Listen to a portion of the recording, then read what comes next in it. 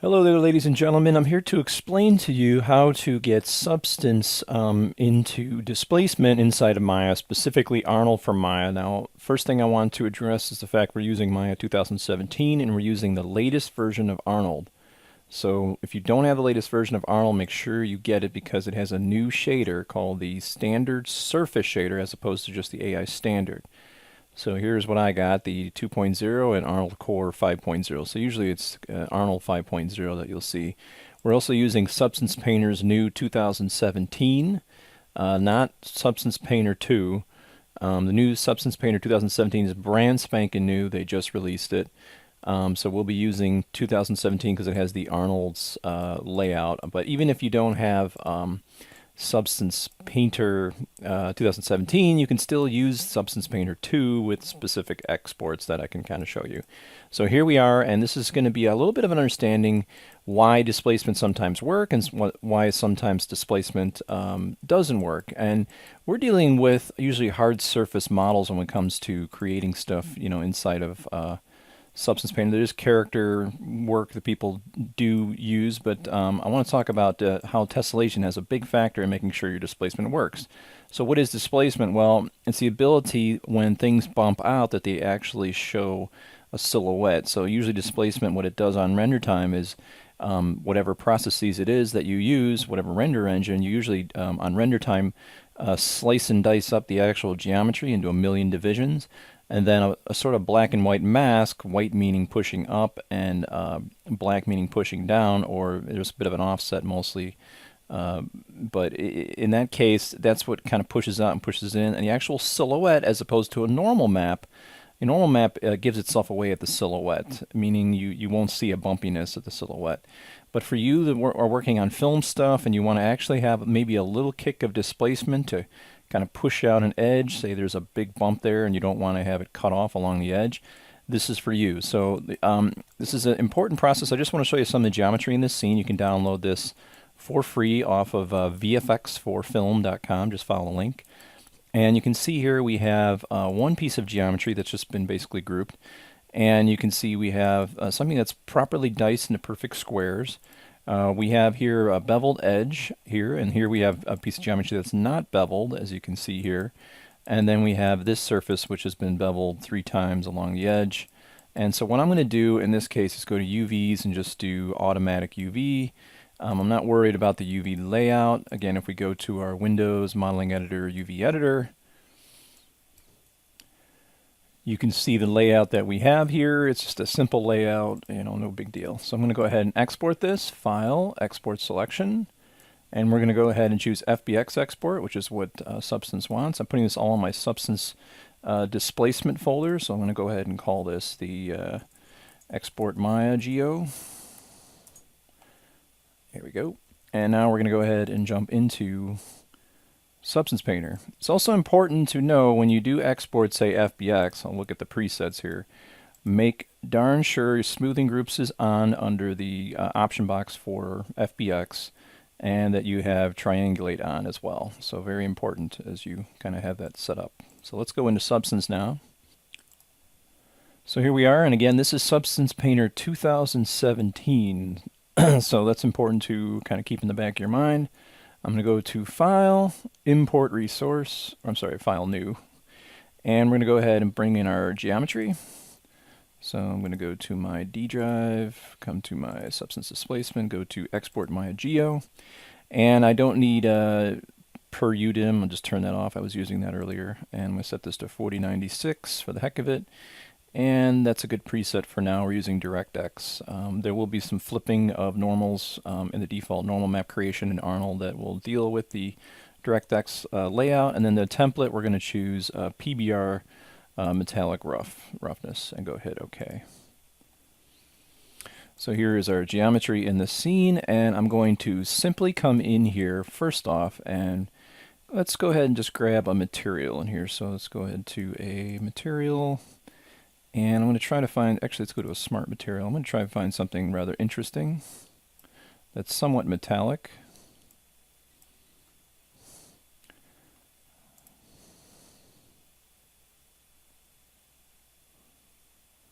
Let's try steel stained, and I'll just drag that into my viewer here. And as you can see, we have steel stained throughout the shot. What does that look like? If I hit the letter C, you can see we have our base color, our height, our roughness, our metallic. So there are areas in here that are metallic, meaning white, and areas that are not metallic that are coming in as black. So there you go. So we have a base material here, and I'm going to go ahead and jump in here and just do a little bit of displacement with this actual layer here. So this layer setup is going to be somewhat important in regards to just painting in some displacement. So with this setup, I can come over here. I'm not going to paint color. I'm only going to paint height, which of course is going to translate into our normal map as well as our height map, or our displacement map, so to speak. So I'll just go to height map, and I'm going to go ahead and put the value all the way up like this. And now I'm going to go ahead and paint in here, and I'm going to go ahead and say, put this as up. And if you hold down Shift and right mouse button and drag, you can see change the light setup, so you can see the displacement is pushing up there. And then over here, I'm going to go ahead and type the word down. All right. Oops. Make sure I set my displacement. So height map, I'm going to put this all the way to 0. Height maps inside of Substance Painter go from 0 to -1 and then +1. So -1 is going down. So now we can go ahead and type down. There we go. And for the heck of it, I'm going to come over to the edge here, and I'm just going to imprint down like that, and then I'll put my height map back to 1. I'll do one that kind of pushes off so we can see it along the edge. And then I'll go ahead and, again, same thing. I'll add height here, and then I will go ahead and put it negative and put it here. I want to show you what happens when you go along the edge. So let's take a look at these pieces of geometry. Again, I can just go ahead and make this. I'll put the kind of press in at the bottom here. There we go.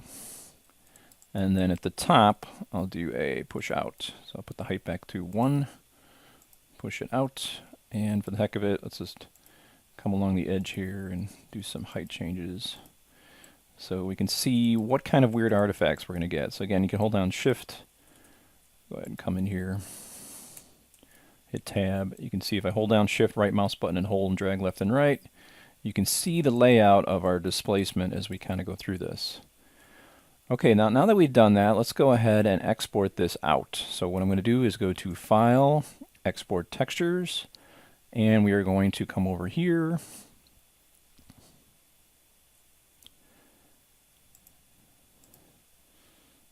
And I want you to notice in the configuration, this is what's new inside of Substance Painter 2017. They have a Arnold 5 AI standard, which is base color, mellowness, roughness, normal, height, and emissive. So if we want emissive, I guess we could throw emissive on here if we want. Let's do that while we're at it. So I'll go to my texture set. I will go ahead, first off, put my texture set to 4096 so we get a higher resolution preview here. And I'm going to go ahead and add a channel here. So I'm going to go ahead and just say click and add, and I'll choose emissive. So now we have an emissive pass. So I'll make another layer here. Again, this is just a typical layer, not a fill layer. And I'll go ahead and just make this my emission. I'll add a color like red. And let's just make stuff that kind of glows in the dark, right? So I'll go ahead and put that there, whatever, you know. So this will be emissive. So again, just to shuffle through everything, I'll go ahead and hit the letter C, and you can see here's our base color, here's our height, here's our roughness, here's our metallic, here's our normal map, which if you take a look, it currently is nothing. And let's go ahead and hit C again. And here's our emissive, and here's our normal plus height plus base plus normal. Because we didn't do any baking in our texture sets, this is basically the normal map that we're going to be pumping out.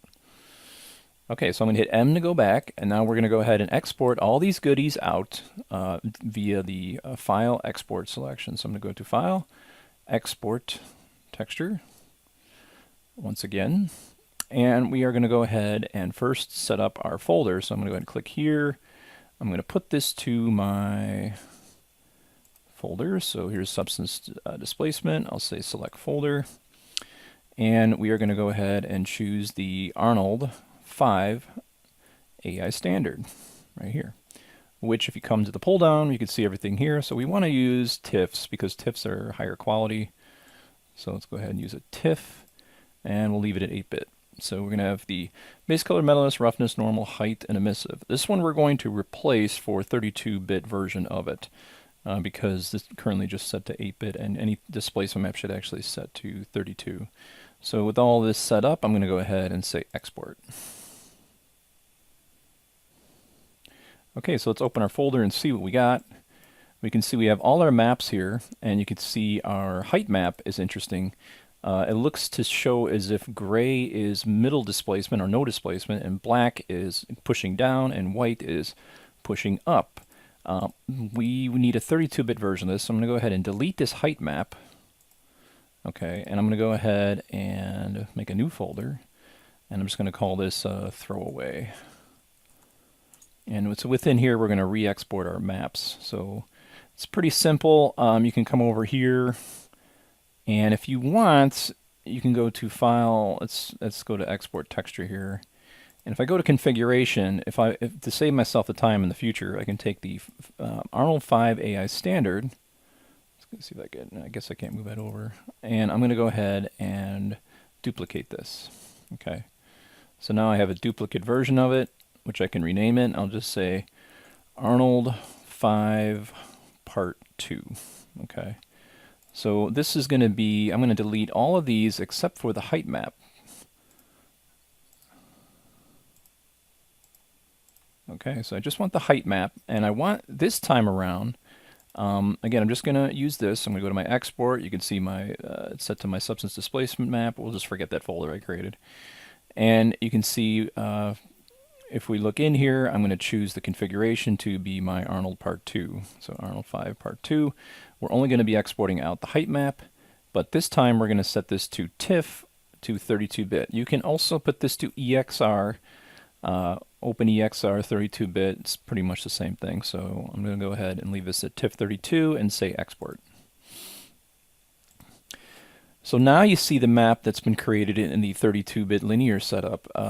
It's black is basically black, and then white is white. There is no grayscale displacement setup on this. It's 32. It's a linearized image. So okay. So with that said, let's jump back into Maya. So I'm showing you the entire setup inside of Arnold. You don't have to use displacement if you don't want to. So if you're working in Substance and you're like, Substance, you're going to Arnold to render stuff for whatever, and you're like, I don't want to deal with this problems, which I'm about to show you with displacement, you can just avoid the whole displacement part completely.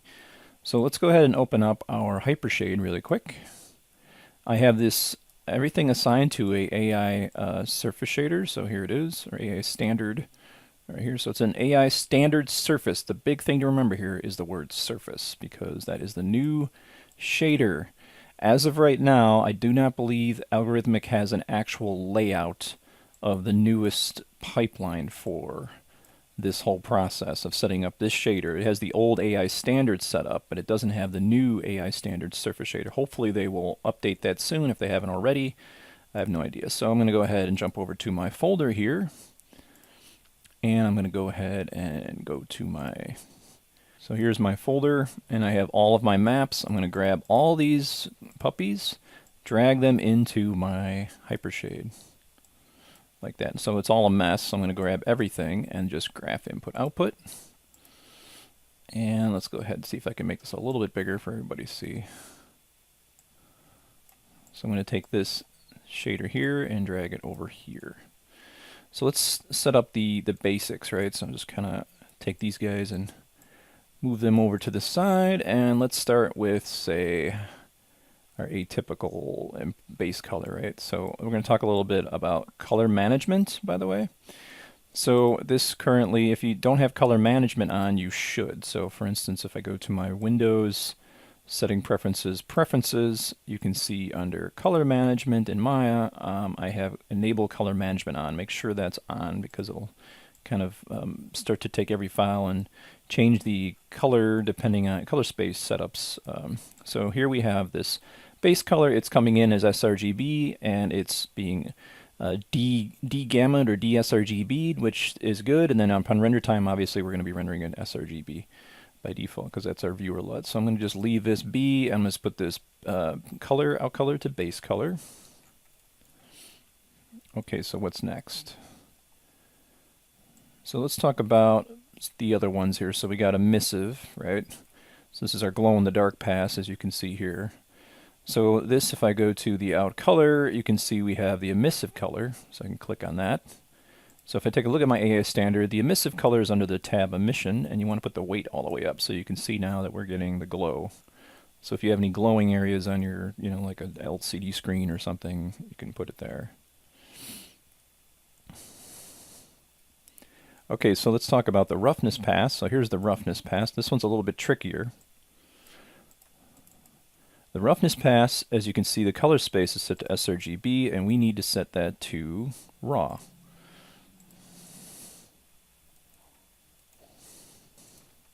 I'm going to click on my AI standard and put my metalness all the way up to 1, because we are using the PBR setup. So this is all the way up to 1. And with that, my roughness, I'm going to put to a default 0.3. I'm also going to come in here and make sure alpha is luminance set for my roughness here. And I'm going to go ahead and choose out alpha, drag it over. And we're going to use specular roughness, not diffuse roughness, but specular roughness. Now, if you wish, you can actually add a color correction node. I hit tab and I type in color, the word color, and this will come up. And I can get color correction node. I'll make one here. And you might want to play with the gamma on this. So I'll do in alpha here and then out alpha spec roughness. So this is optional. So in this color correction node, you would come into just the alpha information here and you'd adjust the gamma back and forth if you needed to. Sometimes you have to make adjustments like that. So just be aware that that's available. Okay, let's talk about metalness. Metalness is basically a mask of a black and white value.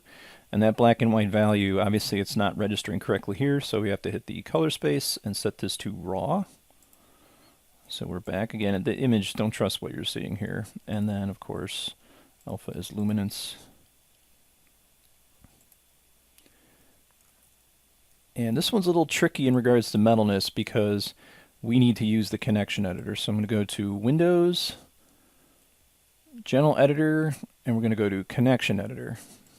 So what I usually do is take this here, this actual file node here for the metalness, and I'm going to go ahead and say reload left, and then I will grab the AI standard material and say reload right. And make sure both left and right displays has show hidden, so you can do show hidden, you can see they're both hidden there. So what I can do over here is I'm going to choose the out alpha, and this is going to be connected to the metalness. So that's going to be a black and white mask, meaning white will be metal and anything that's not white will not be metal. So I'm going to go ahead and close that. So we're almost home. See what's left. So normal map I'm going to wait on here for a minute because I want to show you the height map. You got to think of the height map as sort of like low frequency detail, like general bumps, big bumps.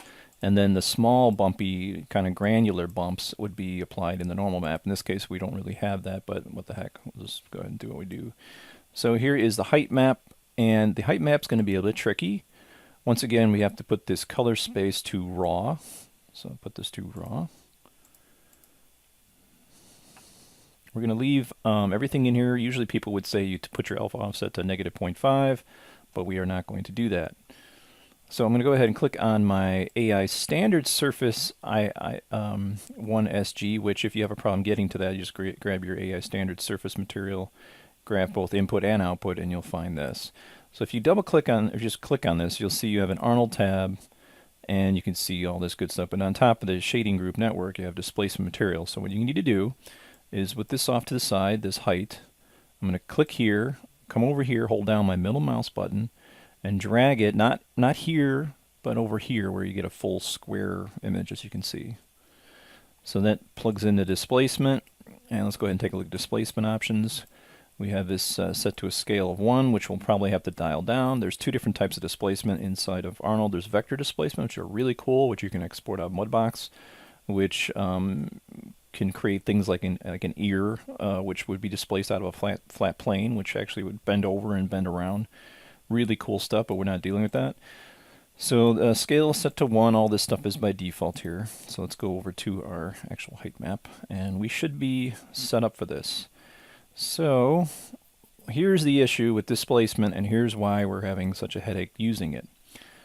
First off, I'm going to save this. Good idea to save. And that is, if I go ahead and jump in, and again, here's my setup right here, right? Let's go ahead and jump over here. I'll turn on hardware texturing so we can see the general shape of what we're getting. All right, so let's go ahead and jump into IPR. And it converts all the files over to text files, so we can go ahead and take a look. And by default, you can see things look very, very interesting. They look really messed up. Now, I have a light in this scene. I'm going to try to bring up the brightness in this light because it's probably too dark. There's also no HDRI in here, which I probably should add because it's so dark. But let me go ahead and see if I can increase the intensity here. So I'll put the exposure up maybe to 8 or something. There we go. It's best probably to bring in an OpenEX or HDRI for something extremely metallic, as you can see.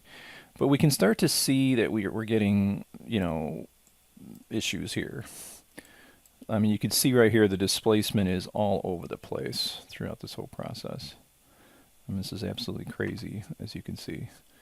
You're getting proper displacement in here, but it's based on the tessellation. So areas, like for instance, let me just go ahead and, for some reason my Arnold is really slow lately. I have a very fast computer, I don't know why.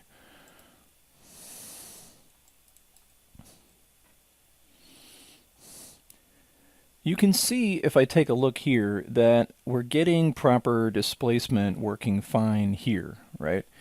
On this piece of geometry, it's not getting too goofy.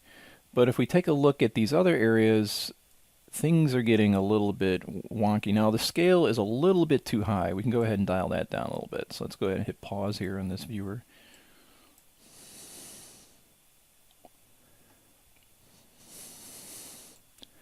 So here we go. I'm going to go ahead to my displacement shader, and we're going to put the scale down to something like 0.4.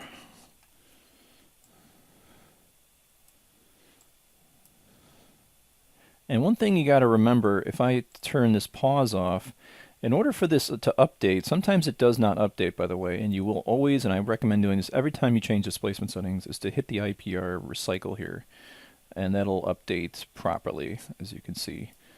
So we're getting better results, but we're also getting weirdness here on this geometry. So what's the problem here? Well, anytime you use displacement inside of Arnold and most programs, it's going to displace the object, as you can see, the best it can here, based on the tessellation. So if you have low tessellation, like right here, you're going to get kind of terrible results. But if you have very good tessellation here, you're going to get, cube tessellation, I should say, you're going to get very decent results here. So the big drawback of using displacement, if you're going to be using the substance pipeline to Maya, is you need to almost have cubed geometry to get things right. Now, there are what's called adaptive sampling, which I'm going to show you right now, but it has its problems as well. So let's go ahead and take a look at our up-down here. Now, the first thing I want you to notice is the displacement may look like it's working, but it's actually putting a fake bump map. By default, inside of Maya for Arnold, when you create displacement, it automatically creates a bump map. So this isn't even really displacement to a certain degree. Let me go ahead and turn this off and pause it. Let me show you something. Inside of Arnold, there is this option for auto bump. Okay, if you turn that off, okay, and I go ahead and update. Now this is pure displacement, not a bump map. So I'm going to go ahead and hit unpause, and again you can see if I refresh it, hey, where's all the displacement? Well, what you were really seeing, most of it, was a terrible, terrible, terrible cheat that they have on default, which is a bump map. And I don't want that bump map on. But you can see when we come to the areas of heavy tessellation here, it actually comes out halfway decent, right? Doesn't look too bad. it's a little over the top. We probably have this displacement level too high. We can bring it down a little bit, but it's rendering pretty good. But look at these areas here. These areas, you're not getting that displacement that we did before. I mean, it's not even coming out. That's because the tessellation is so low. It only goes vertically up and down. So, and the same thing goes with over here. This is one big face, right?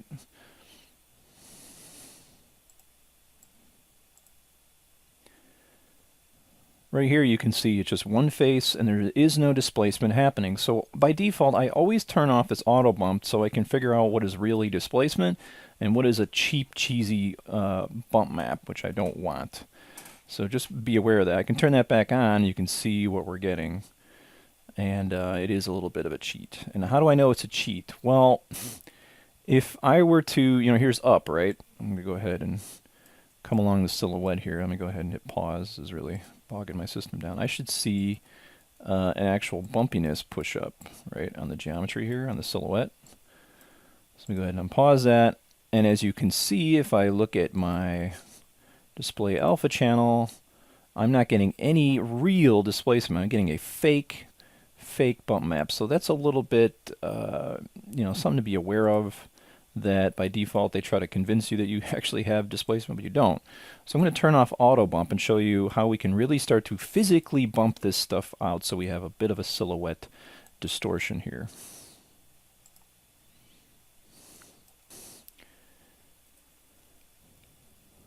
So I'm going to take this piece of geometry and I'm going to go ahead and just look at the geometry here. I'm going to go ahead and say edit delete by type history. We don't need any other history in here. We think we did some UV layouts. So here you have the actual shape node of the cube, or basically all this geometry. So if I come over here to the displacement map, you can see there's Maya's default stuff. But if you go under Arnold, go ahead and turn this off. Arnold has, if you go all the way down, has subdivision and displacement attributes. So let's go ahead and take a look at those. So there's not much in the displacement attribute setup. The bounds padding is interesting because it basically it truncates or cuts off, like if you were to take a tree that was growing and you were to cut it at the actual you know, bottom of the tree, you'd have like a trunk. So this tells you how far the displacement can push out, and if it pushes out too far, it becomes a flat plateau. So I usually increase this if I see that it's actually getting truncated. So just make sure that that's usually set to 1 by default as you kind of go through this. So let's go ahead and just try out the different possibilities here. Now, understanding that Catmull Clark will actually smooth it. So if you had a cube with just 4 faces and you smoothed it with Catmull Clark, it would turn into a sphere. Whereas if you had linear will just basically, it's like subdivisions in Maya. It just adds divisions, but it keeps hard edges. And the problem with that, as we'll see, I'm going to go ahead and turn on Catmull Clark and we'll see the artifacts we get. And I'm going to put the iterations up to 5, I think. Actually, let's try 4 for now. Go crazy here. So that's going to divide the mesh up 4 times and smooth it as well in the process. So these edges here are going to get nasty. These edges are going to look bad. This is because I added some divisions here, bevels here, it'll actually be fine. And this obviously will be fine because it's just so chopped up. So I'm going to come over here and again turn this off. And once again, I want you to hit the IPR and turn it on again. So there we go. Sometimes it doesn't work, sometimes it does. So you can see how things are holding up pretty well on this. You can see this is pushing out, this is pushing in. You know, the edge is being withheld pretty well. But look at what's going on here. You are getting, again, I could look at my alpha channel, and you can see the shape is severely distorted there. And you can see that we have this pushing out, this is pushing in. Yeah, that's true, but the edges are being smoothed. So it's almost like if I took this geometry and I hit, you know, 3 on my computer, which smooths the image, you could see what the smoothing will do. So a good way to preview geometry before you bring it into, say, Substance for the sake of doing displacement is inside of Maya before you export, go ahead and just, you know, come in here and hit 3. And by hitting 3 on the geometry, you're dividing the geometry up. So you can see this is not looking too bad for this geometry here, right? Let's go ahead and take a look. Now it is smoothing the UVs, so we're getting a bit of an artifact. But that's basically it, okay? So keep that in mind as you kind of, you know, as you're working through this whole process, if you're planning on using displacement because you want the edges to kind of bump out. So let's talk about this different solutions here. Is it working fine over here? Let's take a look. And by default, things are getting a bit goofy here. There's not enough tessellation here to give me decent tessellation for the bumps here. You see how like it looks very faceted and you're getting some kind of weird triangles in here? That's because it's a low mesh tessellation. So what I can do, I'll go ahead and pause here, is I can go ahead and up these divisions to something maybe like, oh, I don't know, 6 or something. There's also the adaptive metrics to edge length and flatness. Edge length will actually sort of do an adaptive-based division work, which might be better because obviously you can see we've got faces that are big and small. We don't want to over divide up areas that don't need it because that'll just bog down your system. So I'm going to go ahead and just unpause this and see if a couple more divisions helps kind of solve our problem here. You can see it's taking longer to render. And there you go. So you can see that you're still getting like the need for more tessellation, maybe a couple more divisions because we're getting these sort of like weird kind of stretch marks here. But the question is, does our displacement push out that much? It doesn't. So what I'm going to do, I'm hit pause here, and I'm going to go ahead and take my displacement amount. So I go over here to my, go ahead and graph this out again here.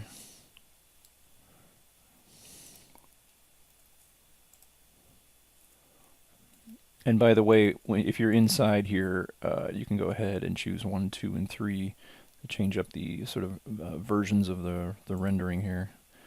4 is the nice one you want to hit. So if you put your cursor here in the Hypershade and hit 4, this is the default. More details as you can go, or more abridged versions, but 4 will kind of send it down. So let me go ahead and just graph that out again. Okay, so here's all our work.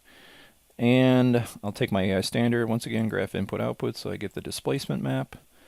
There she is. So I'm going to go to displacement map here, and let's bring the scale down to something like 0.2. Right? And you have to, it's adapted, it's scale dependent, so if you scale this thing up, you have to make adjustments to it. So the size of this matters too. So you kind of have to eyeball it, unfortunately. It's not like a ZBrush map that you can just trust in. I guess it's the way that Substance Painter exports things. It doesn't do it as accurately as it's not really a displacement map in the sense of the 32-bit layout. So just be aware of that. And this is why you don't hear much about this, and I don't think there's any video out there about displacement, to be quite honest. I kind of poked around. That's why I'm making this video. So again, you got a lot of divisions happening here, by the way. So it's taking forever to kind of render out. Again, I'll just hit IPR here. So for the sake of viewing this metal that's dark, I went ahead and just threw up a 32 bloat panorama.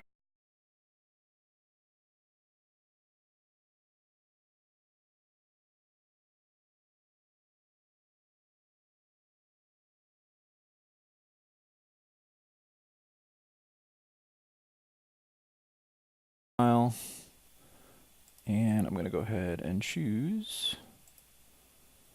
There she is, 32-bit float. So this is a lat long, obviously. Let's go ahead and hit that. And let's go ahead and see what we get now with the IPR.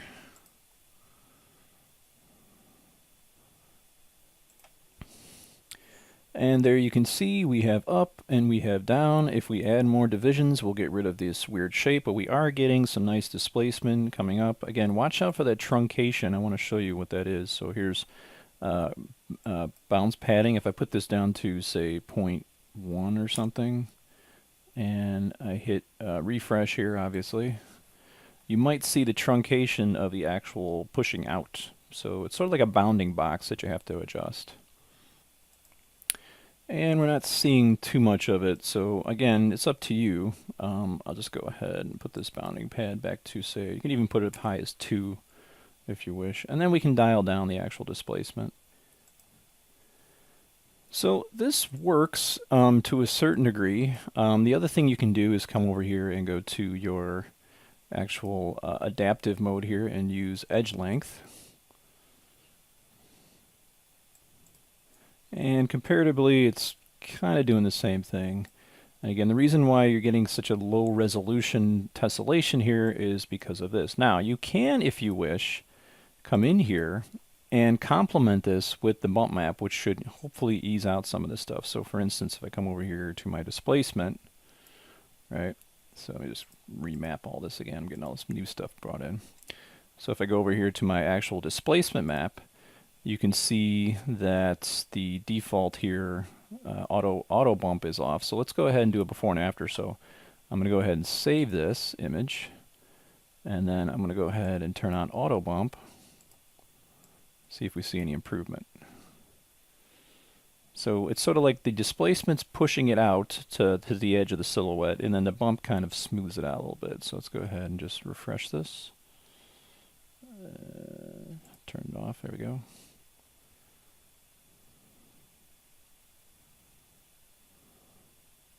And again, it's taking a long time because of divisions. And sometimes you want to bring down the divisions in the sense that, you know, what you have. So you can see how it's sort of cleaned up the edges using the auto bump system. But in all honesty, you're going to get more information using the normal map than using this. So this kind of gets you halfway started. The normal map can take over for you, or you could omit the normal map completely and just use this. But in all honesty, you're going to get more information. So I'm going to go ahead and turn off auto bump. And let's go ahead and plug in the displacement map. So I'm going to, or the normal map. So I'm going to go ahead and pause. And here we are with our old map again. And due to my mapping back and forth, I've lost my normal map. You can drag it back in if you want. So if I go to my textures, you can see I got height, emissive, standard, normal map. There it is. So I'm going to go drag that in.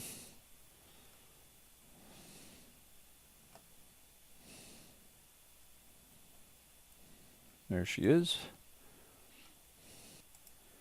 And for us to get normal map, we're going to go ahead to our AI standard here, and we're going to go ahead and jump over here to our AI standard. Where is it at? It's under, I believe it's, there it is, under Geometry tab. So under Geometry, you have this bump map. So what you do is you middle mouse drag this normal map into the actual bump map option.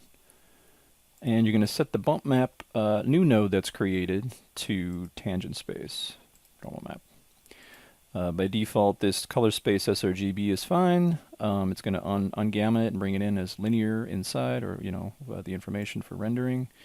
And that's pretty much it. So this normal map has more information than a bump map, just to let you know. So with that said, let's go ahead and see what we get. So I'll go ahead and refresh this.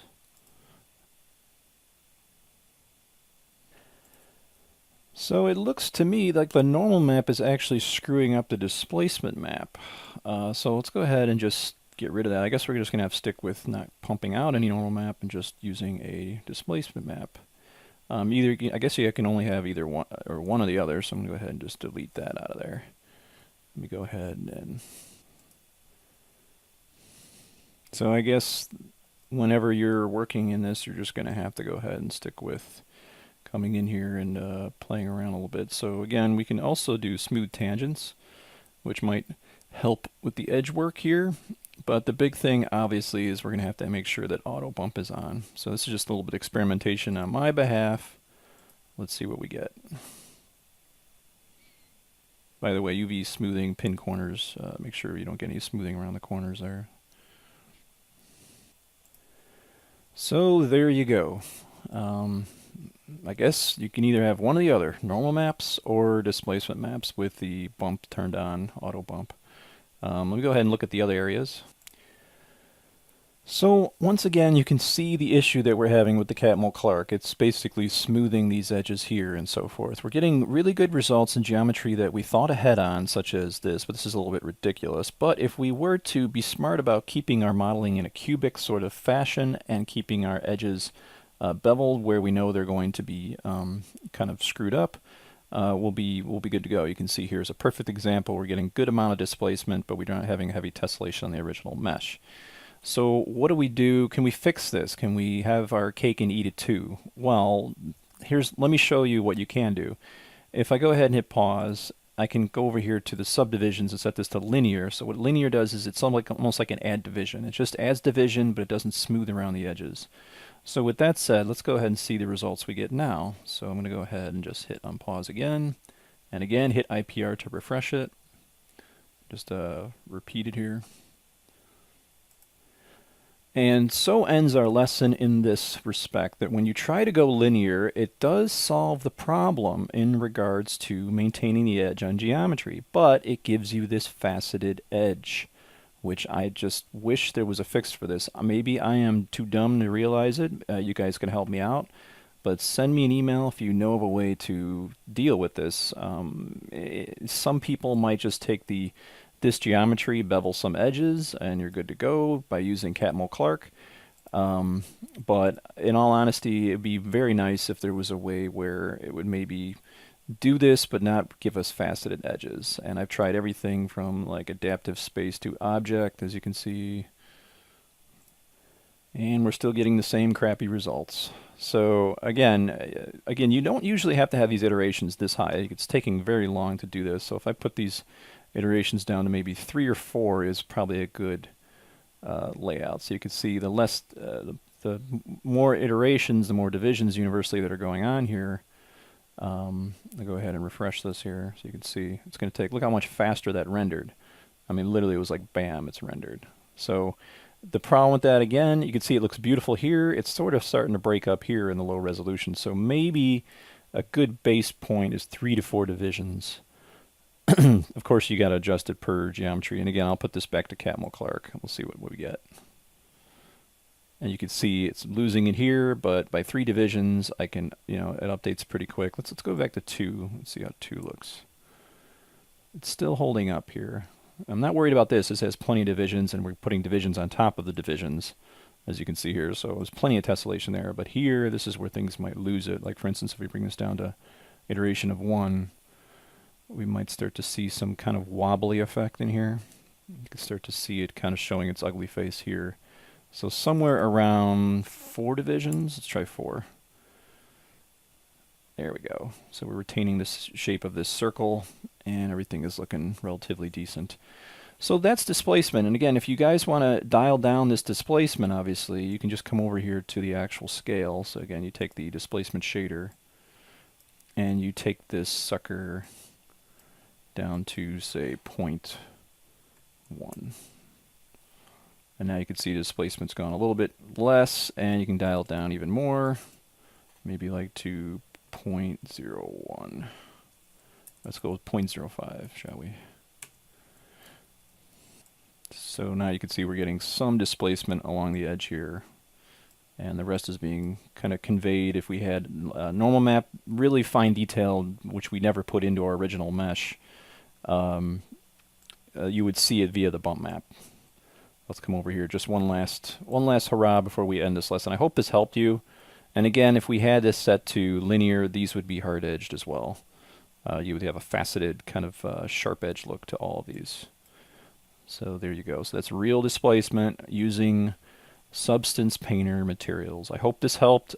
Please visit my website. I have a whole 10-hour tutorial on Substance Painter. It's awesome. It goes through how to everything you could possibly think of. So anyway, thank you very much. Take it easy. If you have any questions, you can email me. And again, please visit my site, www.VFXforFilm.com.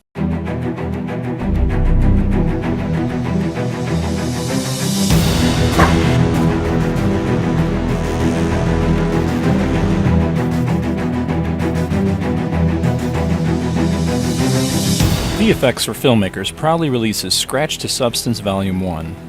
Whether you're an environment modeler creating assets for a game engine or a visual effects specialist looking to create pre-rendered photorealistic worlds, this package is for you.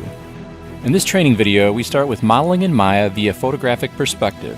After proper care is taken for UV layout, the models are brought into Substance Painter for materials and texturing, then exported to both Arnold in Maya and Unreal 4. Throughout this 10-hour course, we cover photographic modeling techniques, seamless UV strategies, building out a high-res mesh for baking, ID mask creation in Maya, map baking techniques in Substance Painter, fill layers versus layers, creating custom smart materials, generators, building Substance Designer templates, creating materials in Designer, stencils, decals, material stencil projections, grunge maps, procedurals, filters, dirt cracks, weathering, projection texturing, Unreal Engine level setup and diagnostics, scale setup in virtual reality, rebaking normal maps, and rendering in Arnold for Maya. VFXforFilmmakers.com, the next evolutionary step for storytellers.